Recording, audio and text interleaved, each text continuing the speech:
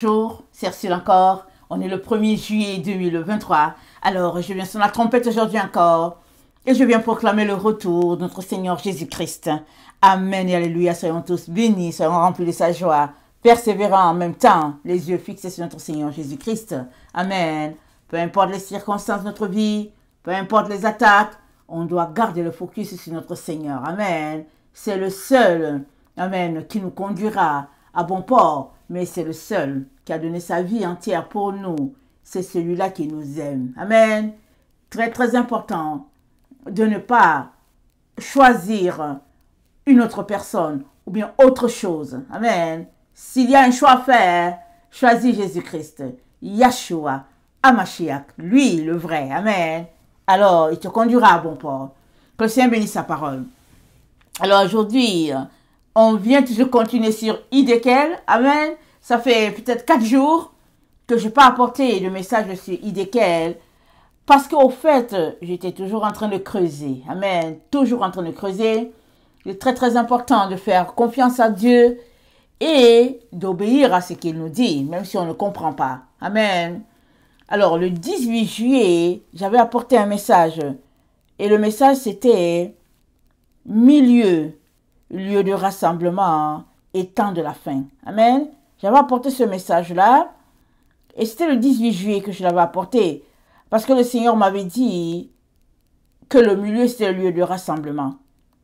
Alors, j'ai apporté le message. Et je vous ai partagé ce qui est arrivé par la suite. Alors, j'étais dans la présence de Dieu. Et il m'a dit, Idékel. Amen. Je ne savais pas ce que le mot veut dire. Et finalement, je suis allée taper sur ma tablette. Et surprise, c'est l'un des rivières qui passait, qui abreuvait Éden. Amen. Donc, d'Éden partaient 4 sources. Amen. Le Pichon, Gihon, Idékel et puis l'Euphrate. Amen. C'est les 4 rivières qui partaient de là. Alors, avec l'étude, j'ai retenu les 4 sources, les 4 rivières. Bénissons le Seigneur. Alors, donc, j'ai apporté déjà des messages sur Idékel, lieu de rencontre. Et c'était l'endroit où l'ange est venu rencontrer Daniel et puis le fils de l'homme. Amen. Il y avait 3 personnes là-bas. Celui-là, l'ange de Dieu, au fait, il est aussi décrit dans Apocalypse 1, le verset 8, et puis finalement, on sait que c'est notre Seigneur Jésus. Amen. Il était avec une ceinture du phase autour de la poitrine. Amen. Et puis son corps était comme du chrysolite. C'est la description de Daniel. Et à côté de notre Dieu que Daniel décrivait, il y avait quelqu'un d'autre qui est apparu, le Fils de l'homme. La rencontre a eu lieu à Idékel. Et le Fils de l'homme est venu, il a touché les lèvres de Daniel. Il lui a dit, Daniel, sois sans crainte. Je suis venu t'annoncer ce qui est écrit dans le livre de vérité. Ça, c'était dans Daniel 10, le verset 4. À partir du verset 4, je pense jusqu'au peut-être verset 19 ou verset 20, Daniel nous raconte la rencontre qu'il a eue avec ces 2 envoyés de l'Éternel. Amen. Et puis, ces 2 personnes, je pense que c'est les mêmes 2 personnes qu'on voit dans Daniel 12, le verset 5. Vous irez lire, ok? Daniel 12, le verset 5. Quand Daniel parle, il dit l'homme qui était au-delà du fleuve et puis l'autre qui était en deçà. Amen. Il décrit et les 2 étaient séparés par le fleuve. Et je pense que c'est le fleuve spirituel. Je pense que l'un était en haut et puis l'autre était encore sur la terre. C'est ça que je comprends. Et les 2 parlent et on a l'information. Parce que Daniel veut savoir quand sera la fin de toutes ces choses.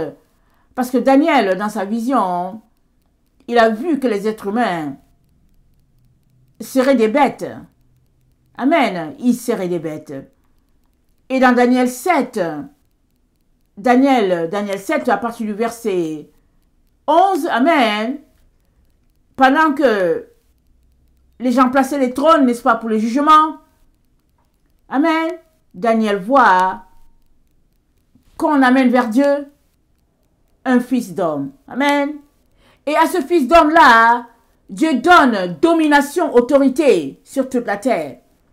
Mais avant que ce fils d'homme soit amené à Dieu, les rois de la terre se préparaient à mettre en place une bête. Amen. C'est-à-dire qu'un être humain avait le comportement de bête. Amen. Donc, référence Daniel 7, Daniel 8. Ok? C'est juste pour faire un résumé. Alors, Daniel regarde tout cela. Il est troublé. Et il dit, mais quand est-ce que la fin va arriver? Parce que l'ange lui a dit, la fin arrive, ne t'inquiète pas, la fin arrive. Mais il dit, quand est-ce que la fin va arriver? Parce que Daniel, c'est celui qui prie, qui intercède pour sauver son peuple. Amen, n'oubliez pas. Et dans Daniel 12, le verset 1, on a l'information que l'ange donne à Daniel, il dit, Michael va se lever. Et Michael va se lever pour défendre, amen, les fils de Dieu. Amen et alléluia. Alors, donc, on a cette rencontre-là, Idékel. Et il y a eu plusieurs messages sur Idékel. Le dernier message, je ne sais pas si j'ai parlé du fait que Idékel est un lieu de rencontre. Idékel, une source intarissable. Idékel aussi, j'ai apporté le message comme quoi la Mésopotamie est entourée de deux fleuves, l'Euphrate et puis Idékel. Amen. Et la Mésopotamie, nous savons que c'est le lieu d'où est parti notre père Abraham. Amen. Père Abraham est parti de la Mésopotamie et puis Dieu lui a dit, je vais te montrer le pays, va-t'en de là, je te montrerai l'endroit où tu vas t'établir. Et le livre d'Hébreux nous dit que Abraham est allé et il n'a pas vu la cité dont Dieu parlait parce que Dieu lui parlait d'une cité céleste. Amen. Et dans ses rencontres avec Dieu, Dieu lui a dit, tes enfants, ta descendance sera aussi nombreuse que les étoiles du ciel, que le sable de la mer. Amen. Et l'endroit où Dieu lui a parlé, c'est en Mésopotamie. Il est parti de là, mais à cet endroit, Dieu lui avait déjà parlé. Il a dit, lève-toi, va-t'en de là. Amen. Alors, Dieu nous parle donc, il nous pointe à la Mésopotamie. On se retrouve là-bas, bordé par Idékel, et puis l'Euphrate. Et j'avais apporté ce résumé que là où Dieu parle, c'est toujours un point de référence. C'est un point très important. Quand dans ta vie ça ne va pas, il faut toujours retourner à l'endroit où Dieu t'avait parlé. Et tu retournes lui demander, est-ce que tu m'avais vraiment dit ça? Tu retournes à l'endroit. Et quand nous parcourons la Bible, nous voyons qu'Abraham arrivait à un endroit quand Dieu lui parlait et il bâtissait un autel. Nous voyons que Jacob, quand il a fui son frère Ésaü, quand il est arrivé quelque part, il s'est couché, il était fatigué pour dormir. Et à l'endroit où il dormait, il a vu les anges qui montaient, qui descendaient. Jacob a bâti un autel là. Il est parti chez son oncle Laban. Et à son retour, l'autel où il a bâti était toujours là. Il a campé là, il est venu encore adorer Dieu là. Donc, à l'endroit où Dieu nous rencontre, c'est un point très très important. Et Dieu nous renvoie en Mésopotamie.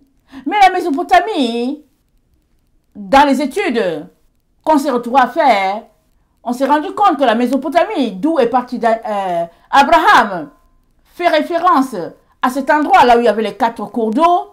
Et ces 4 cours d'eau décrits depuis la Genèse rappellent le jardin d'Éden. Donc le jardin d'Éden était à cet endroit-là. Amen. Et nous rappelons que à cause de ce qui s'est passé, le jardin d'Éden a été fermé, l'arbre de vie plus accessible, et des chérubins étaient là pour empêcher que Adam vienne manger l'arbre de vie et qu'il vive éternellement dans son état de péché. Mais maintenant, l'arbre de vie est encore disponible pour quiconque décide de marcher dans la vérité, dans la pureté, l'arbre de vie est disponible. Pour quiconque décide de marcher dans la doctrine telle qu'elle est établie par notre Dieu, par notre Seigneur Jésus-Christ, l'arbre de vie est disponible. À cela, Dieu dit la Mésopotamie. La Mésopotamie est pointée parce que c'est un endroit stratégique, un endroit qui renvoie à la création, un endroit qui renvoie à l'origine. Et nous nous rappelons que à l'église de Laodicée, l'église dont nous sommes tous issus dans notre génération, Jésus-Christ dit, je suis l'Amen, point, le commencement de la création de Dieu. Le principe, amen, et qui dit principe renvoie à la fondation. Amen.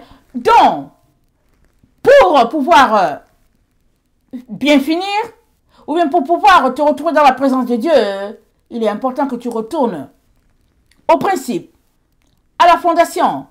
Parce que nous sommes dans le temps où il y a un point qui sera mis dans notre temps, c'est-à-dire l'Amen, et un début qui sera mis aussi, parce qu'on commence le millénium. Amen. On est dans ce temps où le millénium sera établi sur la terre, un temps de paix. Amen. Parce que le mal sera détruit. Très important, je viens t'encourager à quitter les voies du mal, les voies du mensonge, les voies de la jalousie, de la fornication, les voies des ténèbres. Quitte cela le plus rapidement possible. Consacre ta vie à ton Seigneur Jésus-Christ. Parce que tous ceux-là qui commettent le mal seront détruits. Ils seront ôtés de la terre. C'est pas comme les gens nous ont dit. On nous a dit que ceux qui font le bien seront enlevés et ils partiront au ciel. Non, non, non, c'est pas ça. Ceux qui font le mal seront ôtés de la terre.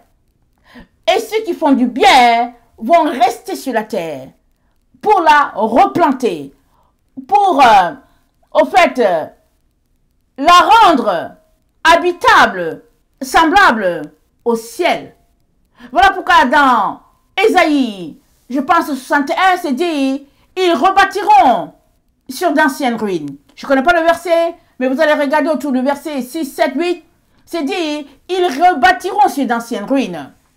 Alors, nous sommes donc dans ce temps-là où, alors que Dieu pointe la Mésopotamie, il est en train de pointer le jardin d'Éden, il est en train de pointer l'origine, il est en train de pointer d'où vient notre foi, parce que notre foi vient de Père Abraham. Nous sommes donc appelés à avoir le type de foi de Père Abraham. Amen. Et qui dit Abraham, dit Isaac. Qui dit Isaac, dit Jacob. Pas Ésaü, Jacob. Très très important. Amen. Ça c'était le résumé. Alors, j'ai continué, n'est-ce pas, de prendre le temps pour continuer toujours de méditer.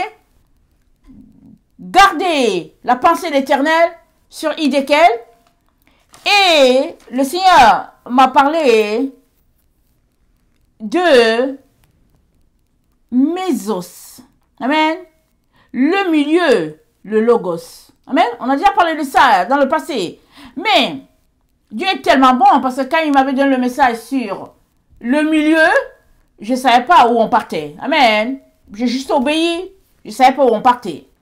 Et j'avais apporté la rencontre entre ces deux hommes-là.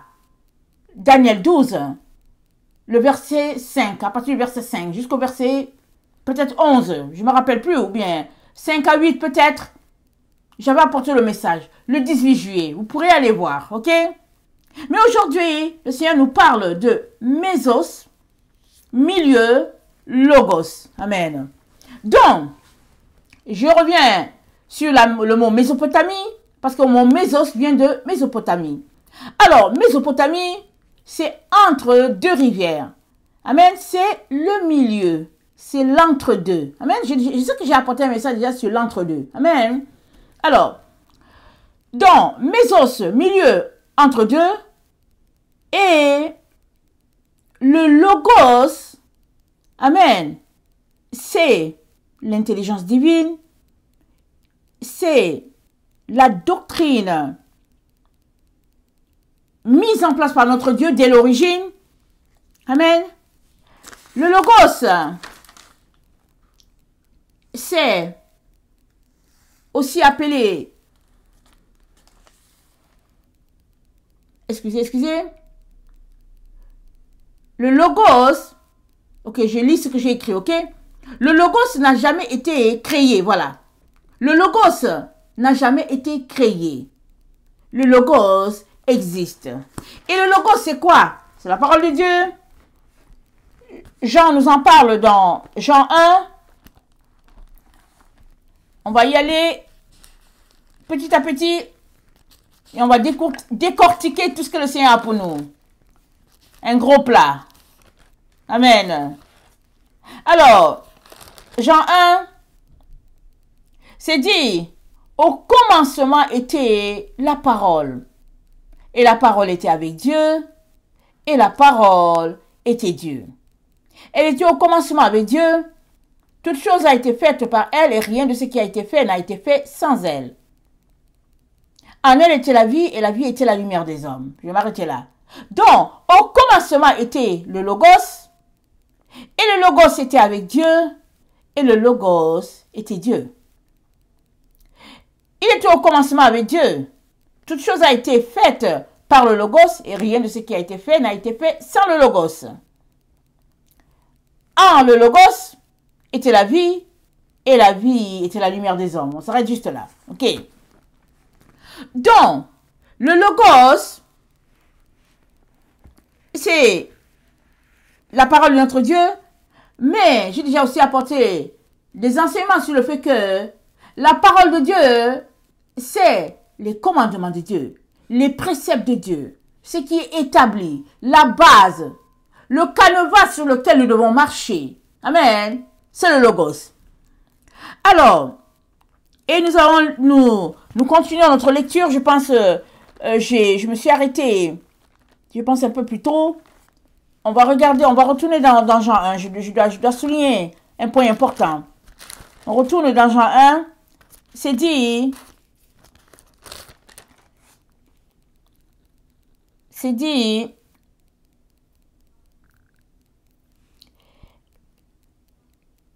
et le Logos est venu chez les siens, ça c'est le verset 11, et les siens ne l'ont pas reçu.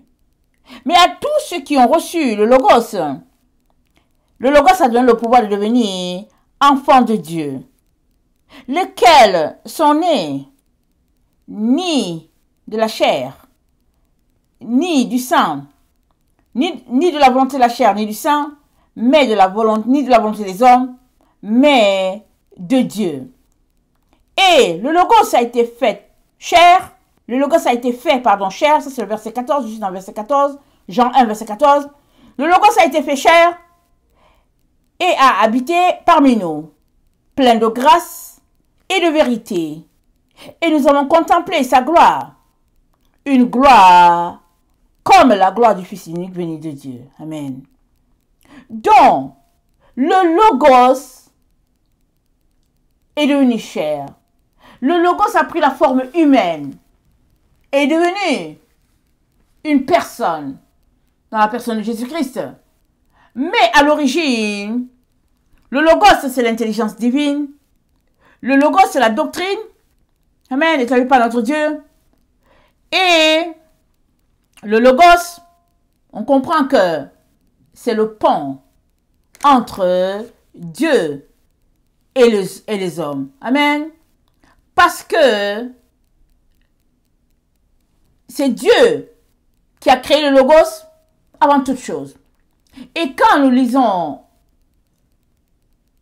Proverbe 8, le verset 22, nous sommes informés qu'avant toute chose, amen, avant toute chose, il y avait la sagesse. Et dans la sagesse, c'est à partir de la sagesse que tout a été mis en branle dans la création divine. Amen. Avant que Dieu fasse quoi que ce soit, la Bible nous dit, il a manifesté la sagesse. Et par la sagesse, amen, il a mis tout à exécution. On en a longtemps parlé, la sagesse divine. C'est le Proverbe 8, le verset 22. L'Éternel m'a créé la première de ses œuvres. Avant ses œuvres les plus anciennes, j'ai été établi depuis l'éternité. Dès le commencement, avant l'origine de la terre, je fus enfanté quand il n'y avait point d'abîme, point de source chargée d'eau. Avant que les montagnes soient affermies, avant que les collines existent, je fus enfanté. Il n'avait encore fait ni la terre, ni les campagnes, ni le premier atome de la poussière du monde. Lorsqu'il disposa les cieux, j'étais là. Lorsqu'il traça un cercle à la surface de l'abîme, lorsqu'il fixa les nuages d'en haut, et que les sources de l'abîme jaillirent avec force, lorsqu'il donna une limite à la mer, pour que les eaux n'en franchissent pas les bords, lorsqu'il posa les fondements de la terre, j'étais à l'œuvre auprès de lui, je faisais tous les jours ses délices, jouant sans cesse en sa présence. Ok, on s'arrête là. Donc, le logos, c'est ce qui est à l'origine. C'est ce que Dieu a établi avant toute chose. Amen. Alors, le logos, on vient de lire dans notre titre, n'est-ce pas? On a dit c'est le mésos, c'est le milieu, c'est le logos. Ok. Et on vient de dire que le logos est devenu chair. Et cette chair-là, cette personne-là qui est devenue chair, elle allait mourir sur la croix afin de nous donner la vie. Et cet acte-là de mort sur la croix est devenu le pont dont le logos, c'est le lien entre Dieu et les hommes. C'est le pont, amen, que Dieu a établi pour que nous puissions avoir une relation avec lui. Amen et alléluia. Alors, le logos aussi est enseigné, amen. Dans le temps, il paraît qu'on l'enseigne dans l'école, les écoles de pensée, n'est-ce pas? Le logos, c'est dit que c'est l'intermédiaire entre Dieu et le cosmos. Amen. C'est quoi le cosmos? Dans le cosmos, il y a l'espace, il y a le monde, il y a la nature, il y a la terre, il y a l'univers, il y a tout ce qui a été créé avant. Quand on lit notre Bible, n'est-ce pas, on dit qu'avant toute chose, Dieu a dit que la lumière soit, et la lumière fut, et Dieu a mis les choses en place. Donc, toutes ces choses-là que Dieu a créées, avant tout, amen, c'est le cosmos. Et Dieu dit, l'homme aussi fait partie du cosmos, n'est-ce pas? Et Dieu dit à l'homme, si tu veux avoir une relation avec moi, alors, il faudrait que tu te serves du pont. Amen. Il faudrait que tu utilises le pont pour venir à moi. Et Dieu a rendu ça possible. Parce qu'il a créé tout cet univers-là pour l'être humain. Il l'a mis là pour que l'être humain puisse bénéficier de toute la bonté de Dieu, que l'être humain puisse jouir des bontés divines, de la grâce divine. Dieu a placé l'être humain là-dedans. Amen. Alors, donc, le logos nous renvoie à Dieu et dans Jean 3, il nous renvoie à Dieu, il nous renvoie à notre Seigneur Jésus-Christ. Dans Jean 3, le verset 36, c'est dit, celui qui croit au Fils a la vie éternelle, celui qui ne croit pas au Fils ne verra point la vie, mais la colère de Dieu va demeurer sur lui. Donc on parle de pont, il faudrait croire. Dans Jean 5, le verset 24, c'est dit, en vérité, je vous le dis, celui qui écoute ma parole et qui croit en celui qui m'a envoyé à la vie éternelle et ne vient point en jugement, mais il est passé de la mort à la vie. Le logos, amen, le pont entre Dieu et le cosmos, amen. Alors, dans Jean 5, le verset 38, Jean 5, le verset 38, c'est dit, et la parole, pardon, et sa parole, ok, je vais lire un peu plus tôt. Ok, Jean 5, le verset 37, c'est Jésus-Christ qui parle.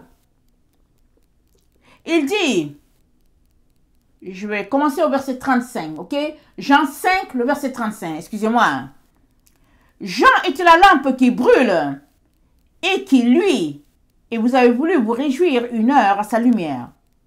Moi, j'ai un témoignage plus grand que celui de Jean, car les œuvres que le Père m'a données d'accomplir, ces œuvres même que je fais témoignent de moi, que c'est le Père qui m'a envoyé. Et le Père qui m'a envoyé a rendu lui-même témoignage de moi. Vous n'avez jamais entendu sa voix, vous n'avez point vu sa face. Et sa parole ne demeure point en vous, parce que vous ne croyez pas à celui qui l'a envoyé. Vous sondez les Écritures, parce que vous pensez avoir en elles la vie éternelle. Ce sont elles qui rendent le témoignage de moi. Et vous ne voulez pas venir à moi pour avoir la vie. Je ne tire pas la gloire des hommes. Amen. Donc, Jésus-Christ leur dit que le logos, c'est lui. Mais il leur dit, vous ne voulez pas. Vous sondez les Écritures. Tout est évident. Vous voyez toutes les œuvres que je pose. La guérison des lépreux, ouvrir les yeux des aveugles nés. Alors, ressusciter, peut-être ensuite il n'avait pas encore ressuscité, voilà, il n'avait pas encore ressuscité, mais il ne faisait que faire des miracles. Mais il refusait. Chasser les démons, Jésus-Christ a fait tout ça, il leur a montré qu'il était celui-là dont les Écritures parlent. Mais ils ne voulaient rien savoir, les pharisiens ne voulaient rien savoir. Alors, donc, le logos, amen, c'est le pont. Voilà pourquoi c'est dit le milieu. Parce que il y a le cosmos d'un bord, il y a Dieu de l'autre côté, et pour que les deux puissent se rejoindre, il y a un pont que Dieu a placé. Et ce pont, c'est notre Seigneur Jésus-Christ. Amen.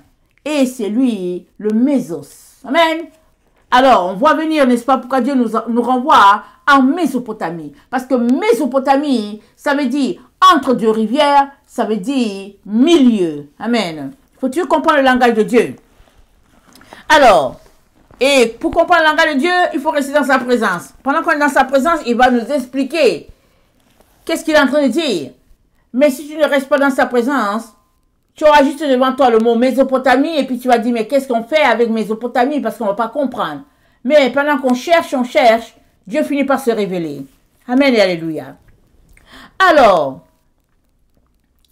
donc Dieu nous pointe la Mésopotamie entre deux rivières, Hidékel et puis Euphrate.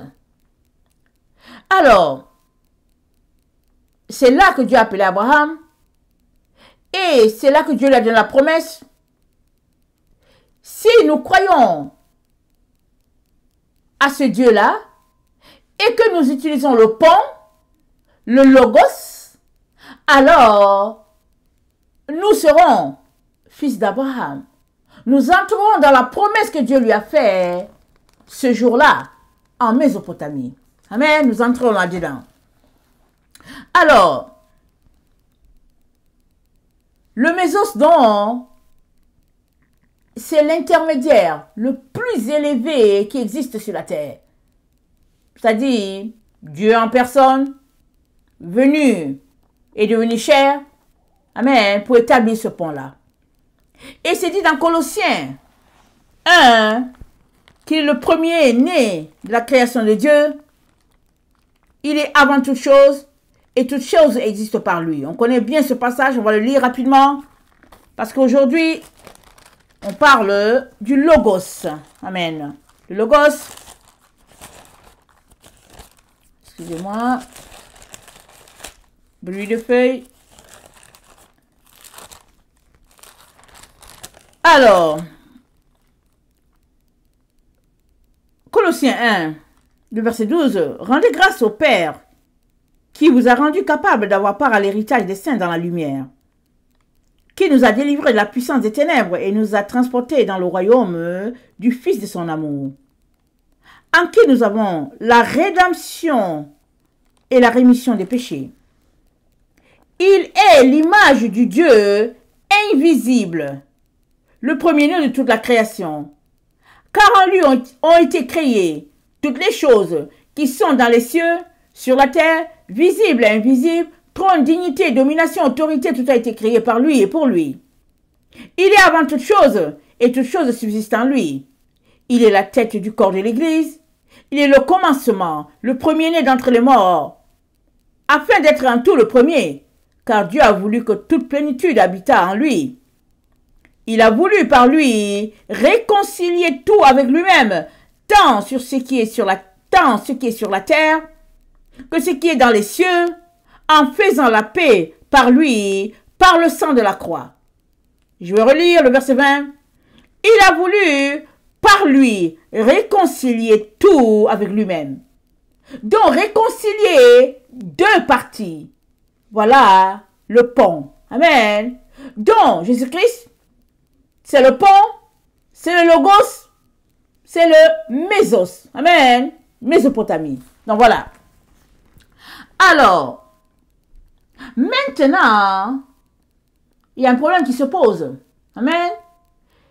Le problème qui se pose, c'est que il faudrait accepter le logos et vivre par le Logos pour que tu puisses être uni à Dieu.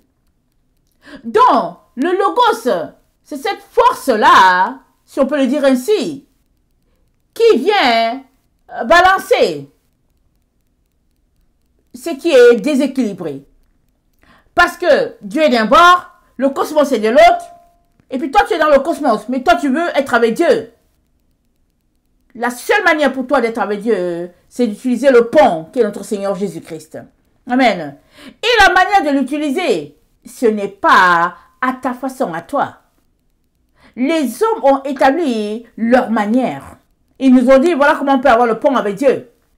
Ils ont établi des théories, ils ont bâti différentes doctrines, mais tout ça nous conduit dans le précipice, loin de Dieu. La seule manière pour toi et moi d'être en relation avec Dieu, c'est de se servir du pont que Dieu lui-même a établi. Alors, l'apôtre Jacques nous dit, dans Jacques 3, on va le lire, dans Jacques 3, voilà ce qu'il nous dit. Au verset 15, Jacques dit, au verset 15, il dit, lequel d'entre vous est sage, je commence au 13, et intelligent, qu'il montre ses œuvres par une bonne conduite, avec la douceur de la sagesse. Mais si vous avez dans votre cœur un zèle amer et un esprit de dispute, ne vous glorifiez pas et ne mentez pas contre la vérité. Cette sagesse-là n'est point celle qui vient d'en haut, elle est terrestre, charnelle, diabolique. Donc voilà.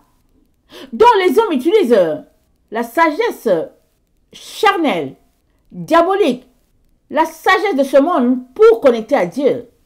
Et Dieu dit, non, si c'est là que vous êtes, vous serez coupé à tout jamais de la présence de Dieu. Vous serez banni de sa présence.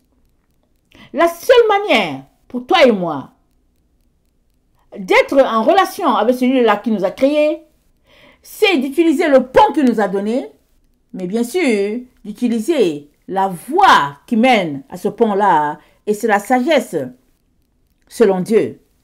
Et le verset 17 de Jacques 3 nous parle. Jacques 3, verset 17. La sagesse d'en haut est premièrement pure, ensuite pacifique, modérée, conciliante, pleine de miséricorde, bon fruit, exempte de duplicité, d'hypocrisie. Le fruit de la justice est semé dans la paix par ceux qui recherchent la paix. Amen. Donc, pour connecter à notre Dieu, nous sommes appelés à utiliser le Logos. Et nous parvenons au Logos comment? En utilisant la sagesse d'en haut. Amen. Proverbe 8, allons-y lire. Amen. Je vous laisse faire les devoirs. Amen. Je vous conseille de lire Proverbe 8. Alors, et le Proverbe 8, qui est dans la sagesse divine, qui nous décrit, et nous savons que Proverbe 1, 3 aussi nous parle. Allons-y lire les proverbes. Amen. 1 jusqu'à 8, lisons, jusqu'à 9 d'ailleurs, où la sagesse divine est décrite. Amen. Et dans Jacques 4, le verset 8, c'est dit, approchez-vous de Dieu, et il s'approchera de vous. C'est à nous de nous approcher. Mais approcher, ça veut dire quoi? Ça veut dire venir en direction de la personne, mais tu ne viens pas sous tes conditions. Tu viens sous les conditions de celui-là qui t'a créé. Tu viens sous les conditions de ton maître. Ce n'est que comme ça que tu pourras saisir ce qu'il a pour toi. Amen. Alors, dans le mésos, le milieu, amen, c'est ce que notre Dieu a prévu pour nous, ses enfants. Et si nous utilisons le milieu, comme on dit, comme Dieu l'a établi, avec les préceptes, avec la doctrine, comme à l'origine, nous allons connecter parfaitement à notre Dieu. Jérémie 6, le verset 16. On connaît bien ce verset. Jérémie 6, le verset 16.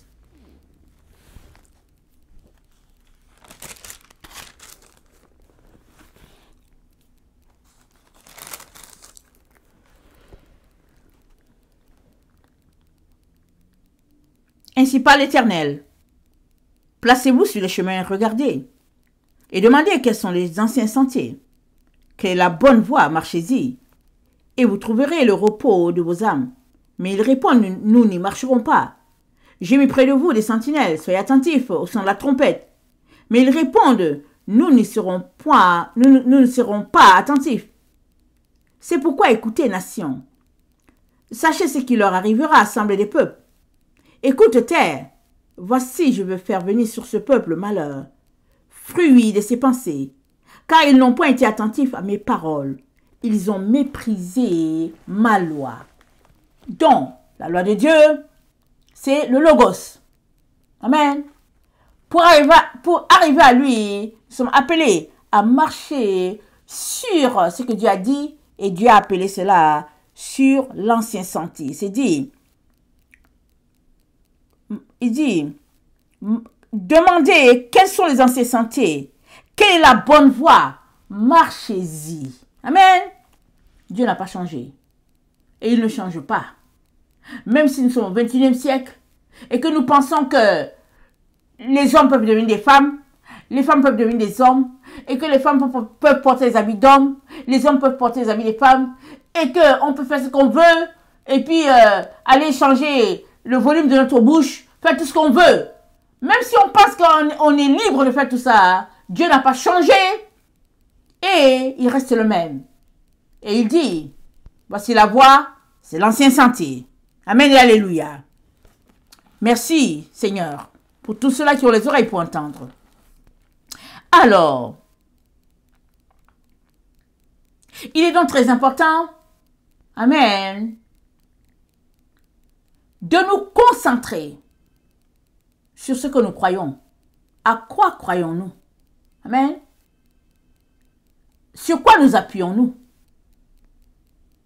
Parce que la parole de Dieu a été déclarée en Mésopotamie à Abraham, alors que le roi Nemrod l'avait jeté dans le feu,